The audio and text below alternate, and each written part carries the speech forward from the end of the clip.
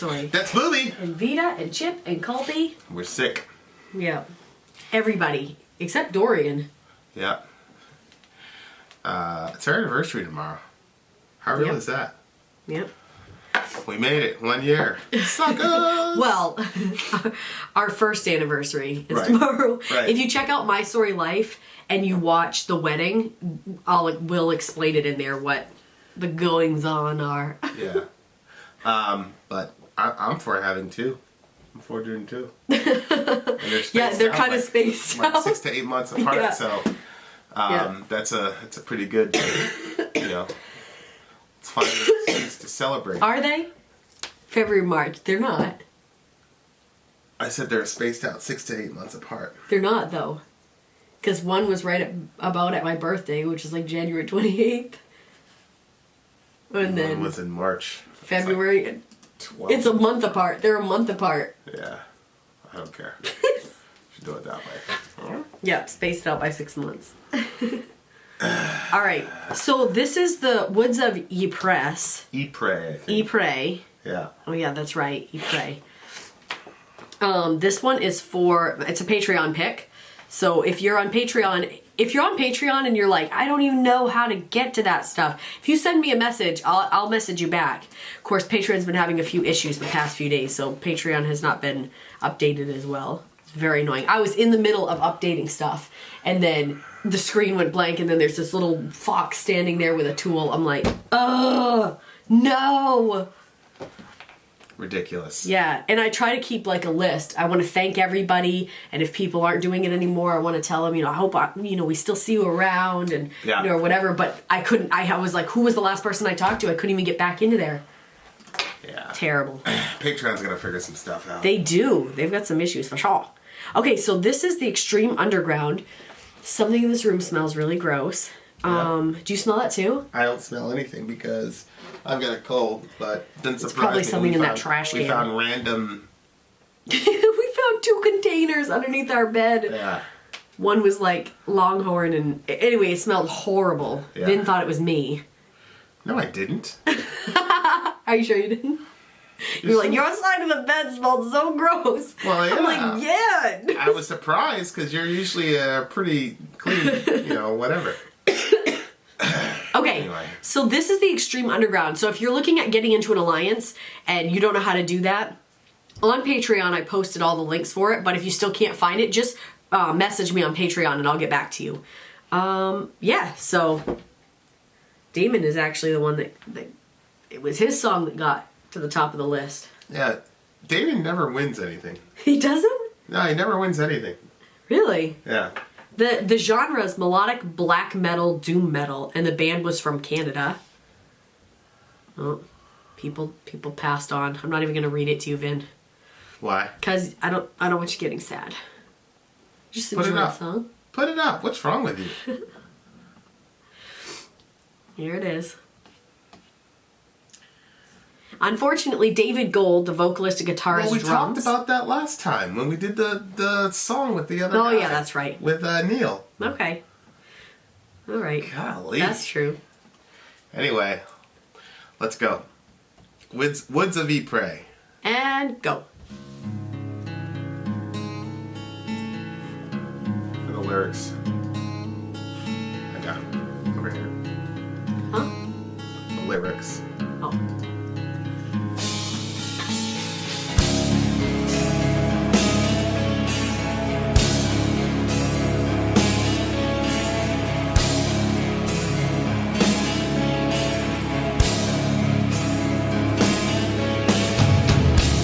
Sunlight shines on the clothes that lay on a chair.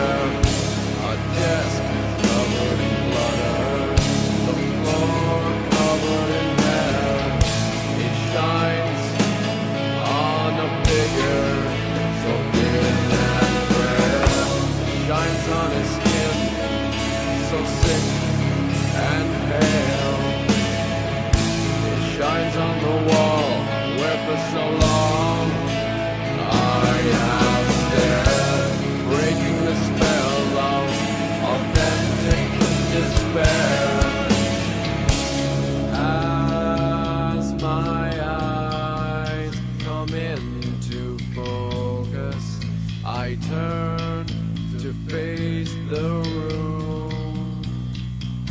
The movement from the sheets creates a breeze, sweeps the dust from its place.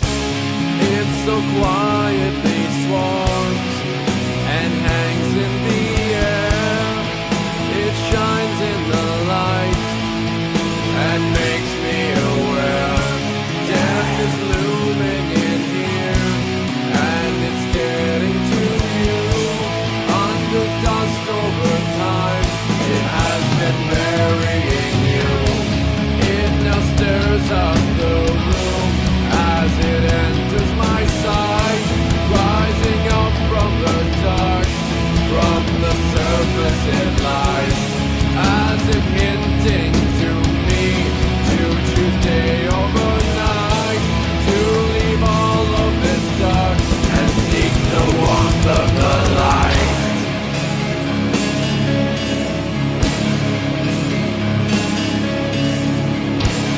Outside this room, where my life wastes away, the priorities lie, collecting cords from bottles and plans to make it to dates.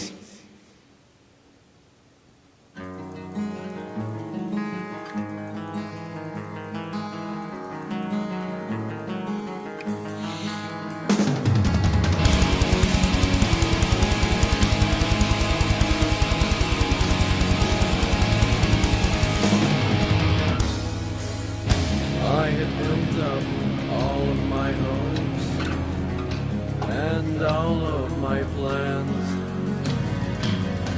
only to have them stand and cast shadows of humiliation. Days would pass, shadows would remain, a reminder of all of my dreams. I had to live humbled with the disappointment of what never came to be.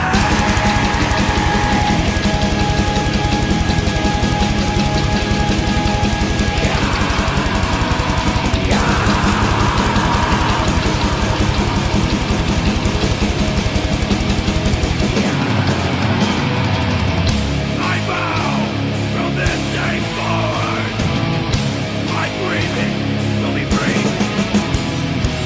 that I will continue to give to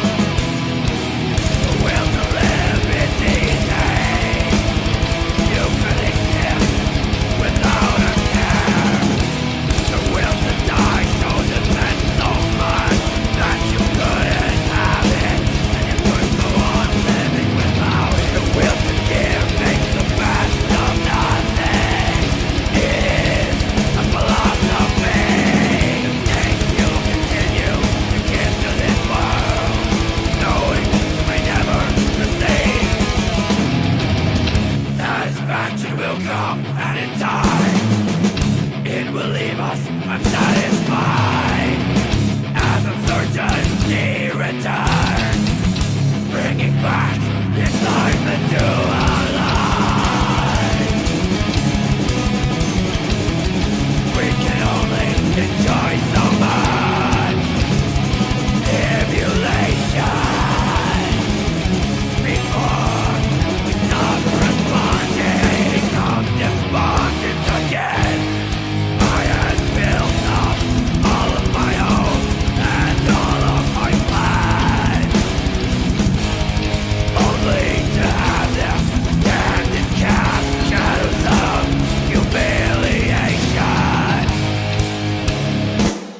Days of past shadows would remain a reminder of all of my dreams. I had to live humble with the disappointment of what never came to be.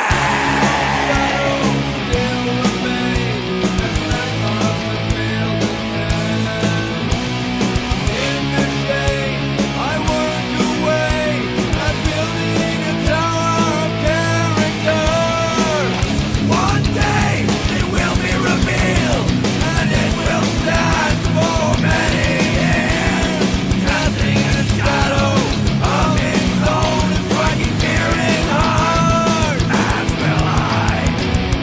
It is the discomfort that sets us apart and wakes us up and puts us to sleep. It is our pathetic moments which make us desire to be great. It is the starving itself that makes us hungry to want more. Over time, as you learn to fall, the rust you'll beat faster than the time before.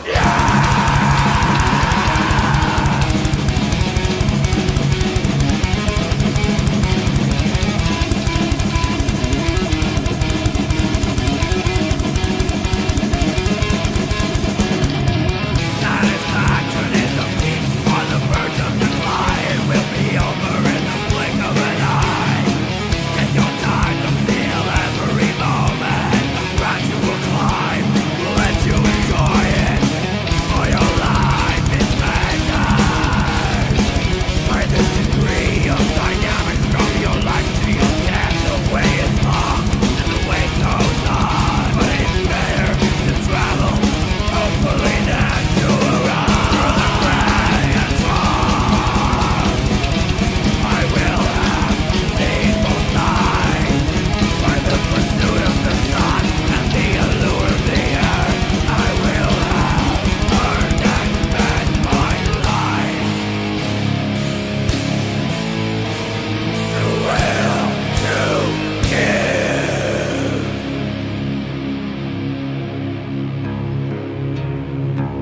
There is no destination. There is only the journey.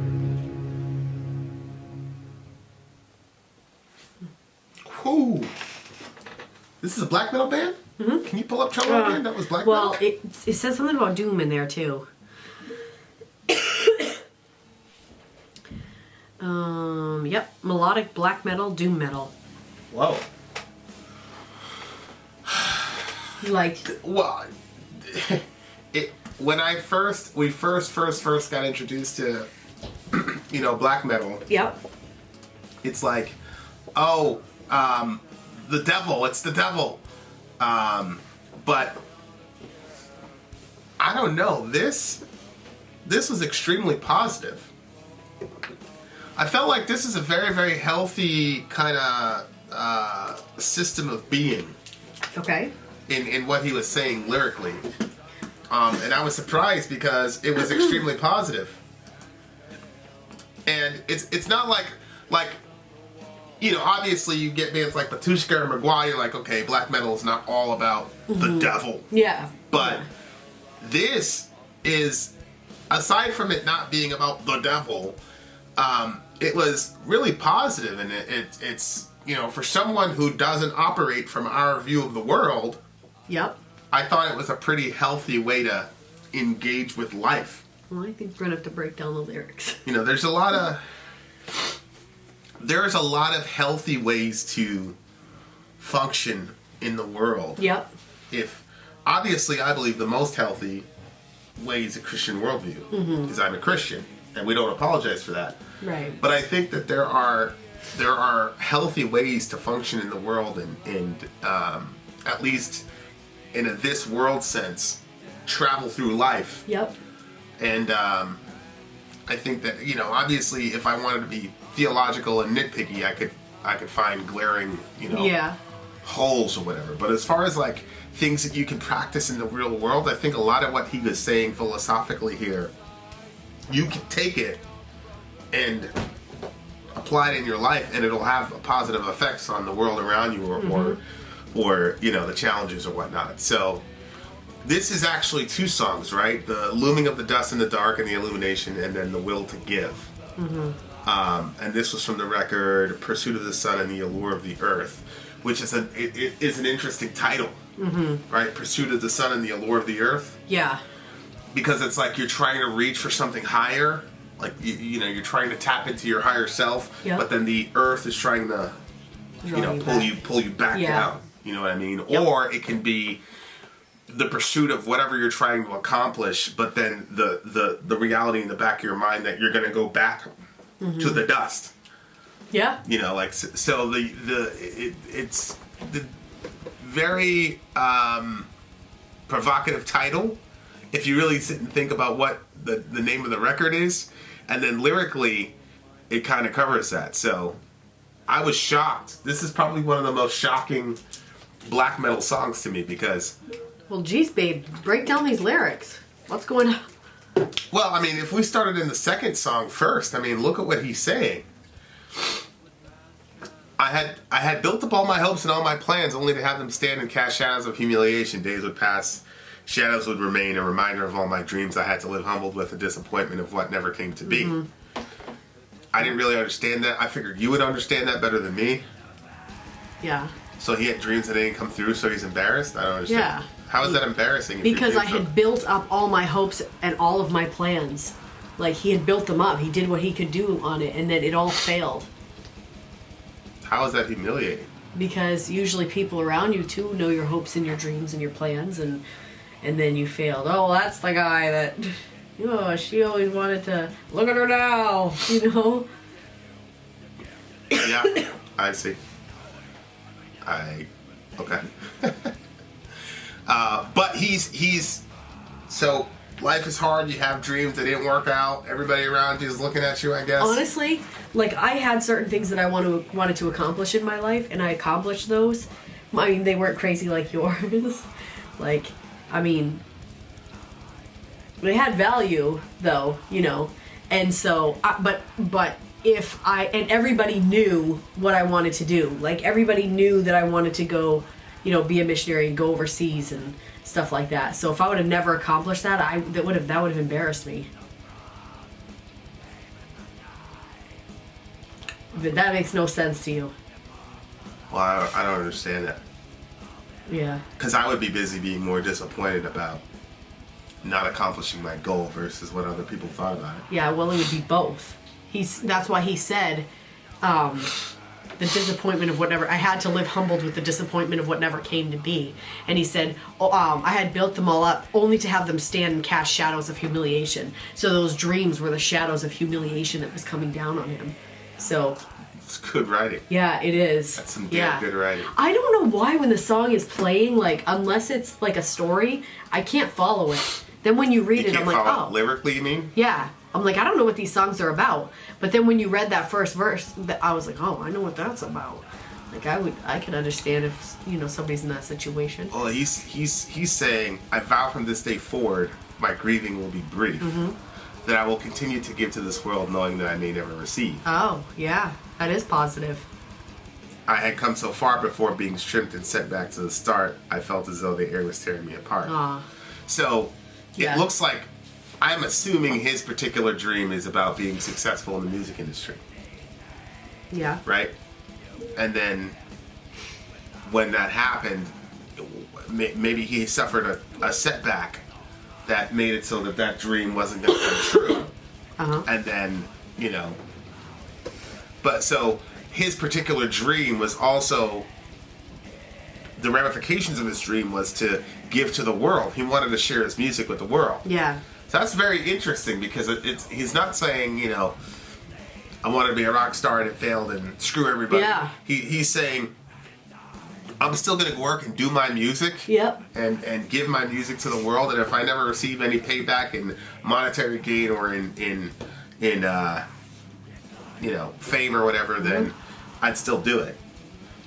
And that's one of the things where you really, that's one of the markers of actual freedom is, would you do what you're doing for the majority of the day if nobody ever saw you and nobody ever, and you never got remunerated for it?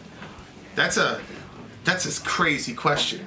Like, how many things would people actually do just for the sheer joy of loving doing what they're doing versus, you know, hey, this is a job, whatever, you know? And so what he's saying is that his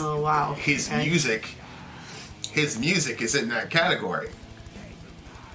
Like his, you know, what he has, he's going to make music regardless, and he's not going to let the fact that they had a setback, maybe the record label fell through, whatever the problem was, he's still going to do it. And it's crazy because he has a self-awareness to realize that he's giving something positive to the world. Yeah. Which, you know, I remember one time I was going back and forth with a guy at work, and he said, who do you think you are? And I said, I'm an instrument of the redemption of the world. Oh, yeah, I remember you telling me that. And he looked at me and he could tell I was dead serious. And he was like, you're crazy! Did you hear this? He gets all this friends. Did you hear this guy? You know, people think that that's like, you know, pretentious or whatever. But that's what I believe. So it's like really, it's interesting to hear him saying like, I will continue to give to this world. Like a cynical person, like, oh, it's pretentious. Oh, you're going to give to the world, really? Knowing that I may never receive. Oh, how messianic of you. You know what I mean? Like I could. That's not how I read it. I see what you're saying. No, that's not how I read it. I'm saying a cynical person could look at that and go, oh, you're going to give to the world. Like, your art is contributing something to the world. If you are really a cynical person, you could look at that at that and because there's a lot of cynical people out there. Oh gosh, What? I just wouldn't want to be that person because I feel like I have enough negativity in my wouldn't want to be like that because like I'm like I don't even see that. Like no, like the facts are everybody has to give something.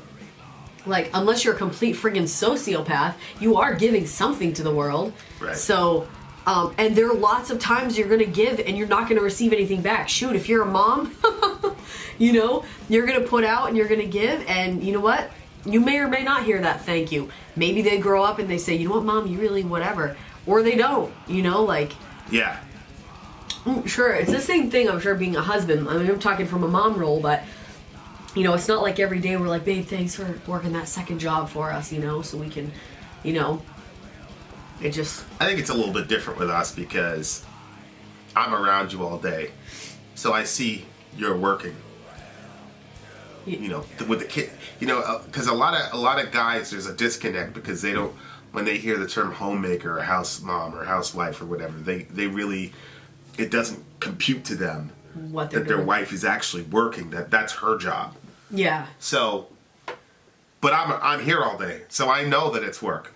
Oh, yeah. So I don't even feel that, you know, whatever that a normal dude would. But yeah, I see what you're saying. There's this husband that I knew that he like expected her to take care of the kids, and he wanted homemade bread and canned goods and all these different things, like all of these expectations that he had, and she had to leave for the day. And he obviously wanted the house clean when she came home, which is very difficult to do when you have a bunch of small children. It shouldn't be difficult with older children, but anyway, so she's like, she had to leave for the day, and then she came back and she said the house is trashed, and he looked all stressed out and stuff, and I'm like, you're a better woman than me, because I'd have been like, where's that? I want to eat some of that bread. Where's that bread at? Right. Right. And I certainly hope those string beans are canned. I don't even know what that means, but yeah, I'm sure that's a very tedious Remember job. when you helped me can the pickles? That was disgusting. Yeah, I didn't know you hated pickles at the time, but you could do the same thing. Well, kind of the same thing with string beans or whatever you want. But anyway, it wasn't me. That story wasn't. That wasn't me. Before I know my time had arrived, I was already gone. Cursing the cold winds of change, my moment of peace was just the eye of the storm. Yikes. It's like going back and forth between it happened throughout my life. It needed to continue to occur in order to keep my legacy alive, which is interesting because this guy died, right? Yep. So it's very haunting to see lyrics like this from a guy who was very introspective, Yeah. and seemed to have a understanding about the brevity of life. Yeah. But he really, the climax of this whole thing to me is at the end when he talks about satisfaction will come in time, it will leave us unsatisfied. Mm-hmm. And then the way he did that part vocally was crazy to me. That part stuck out to me too. And then there was a lick or something at the end that I'd never heard before that was really, really, watch out, that I really, really liked. I was like, whoa, I've never heard something like that before. Yeah. You took me off the thumbnail thing. Hmm? Huh? What do you mean? I didn't know what picture I had in there before. So it's that one. What was it? Oh. That one right there.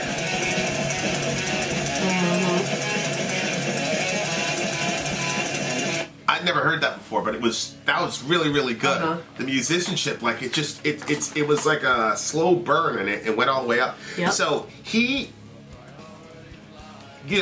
struggling with this, but he comes out to a positive conclusion where he talks about all these opposites that balance us out. Mm-hmm. Satisfaction is a peak on the verge of decline, right? It'll be over in the blink of an eye. Yeah. Take your time to feel every moment. A gradual climb will let you enjoy That it. is really There's good. like a ton of wisdom there. Yeah. Right? We just got back from going outside with the kids, and we're really, really like buckling down on school with the kids, and I was just looking around at the room and everybody doing their little things, and I'm like, we're gonna miss this when it's over. Yeah. Yeah. We're gonna really, really, really miss this when it's over, and I was looking at like all of them, and their little computers and their little whatever. Uh-huh. They'll remember it too. Being able to teach them, is like a crazy, crazy gift. And just the people around you, and I just looking around everybody, I'm like, it's not gonna be like this all the time, And I was thinking about Orion, and I'm like, one of these days he's gonna be in his little chair, doing his math and crushing division, So it's just crazy, like the brevity of life, and how, when he says there is no destination, there's only the journey. Crap. By the time he's in school, Dorian will be graduating. Yeah. Dorian will be running his own business by then, inshallah. Wow. But obviously I don't agree there's no destination, there's only the journey. However, I think, especially if you have like a Christian worldview, a lot of times like there's a lot of brands of Christianity that are only focused on getting to heaven, getting to heaven, getting to heaven. Yeah. And like the journey and all the people that you interact with on the way there and all that becomes like irrelevant. I thought paper towel was here. It probably wasn't. You probably saw the roll of paper.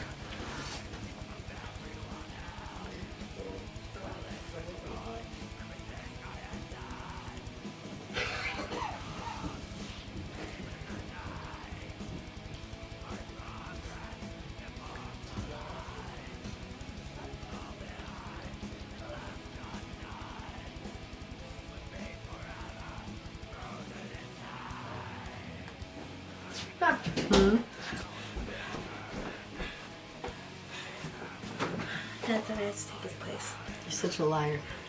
How many recordings do you have left? All right, go ahead. Explain this line. Hold on. Read this. This paragraph. Satisfaction is a peak on the verge of decline. It will be over in the blink of an eye. Take your time to feel every moment. A gradual climb will let you enjoy. Yeah. What does it mean? It means that you will never be satisfied. That's what you get out of that? Yes. What? Satisfaction is a peak on the verge of decline.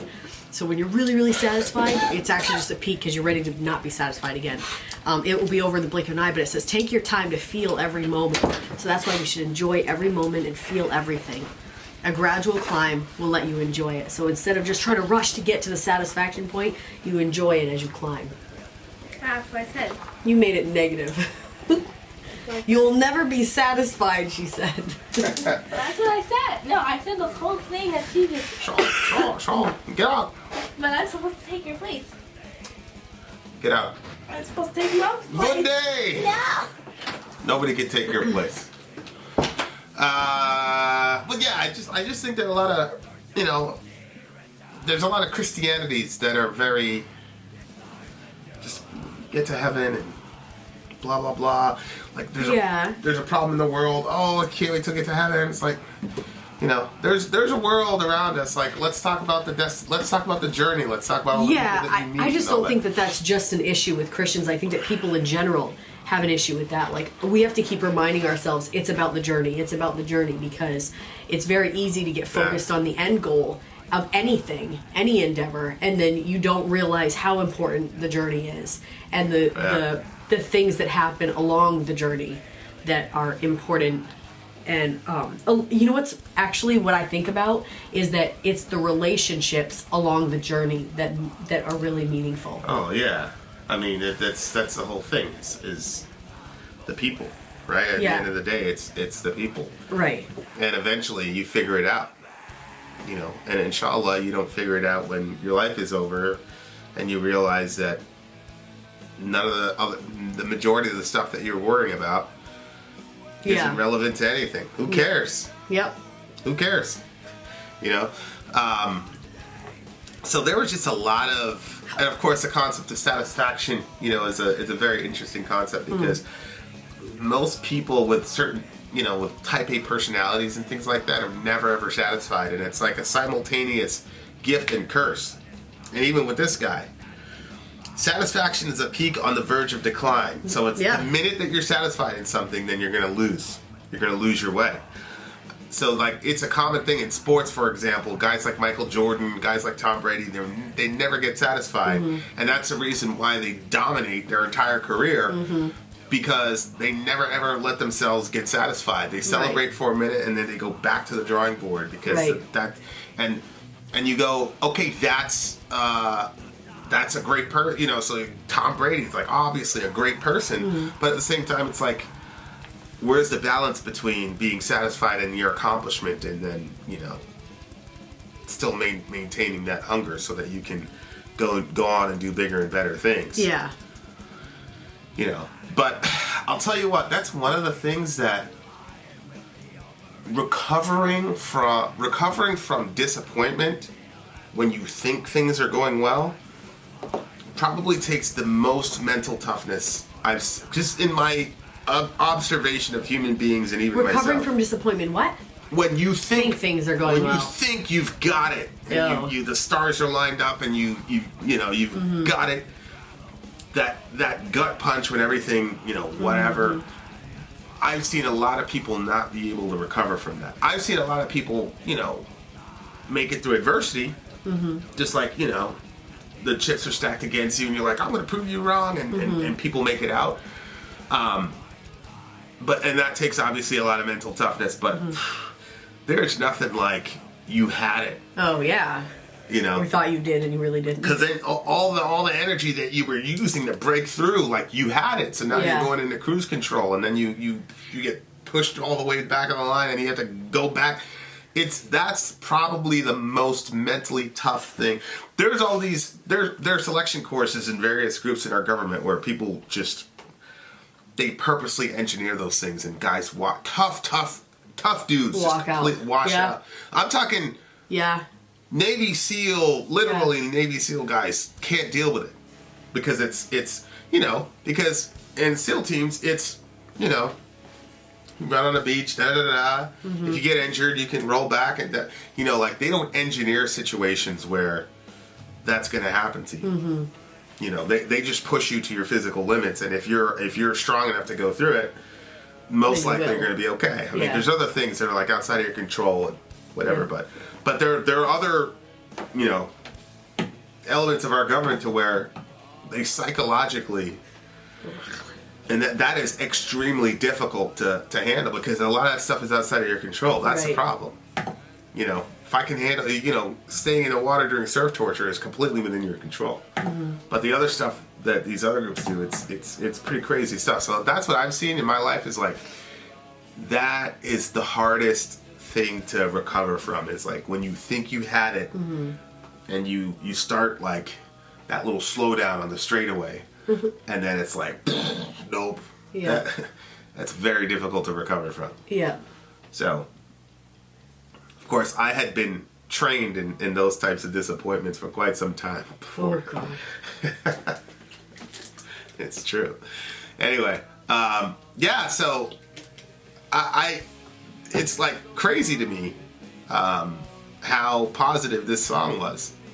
Yeah, I was surprised too because, you know, well, once we started reading the lyrics out loud after the music and stuff stopped, then I was like, oh, wait, oh, okay, yeah. Like the last bit, you know, where he was talking about the journey and stuff like that, I was like, that's interesting. But, yeah. Yeah, and he calls it the will to give, which is a very interesting play on the will to live. Yeah, yep. You know, and I think that's why I said, like, this is such a healthy philosophy of life. Because it's talking about the will to give. Because at the end of the day, if life is all about people and the people around you, then giving is one of the highest virtues.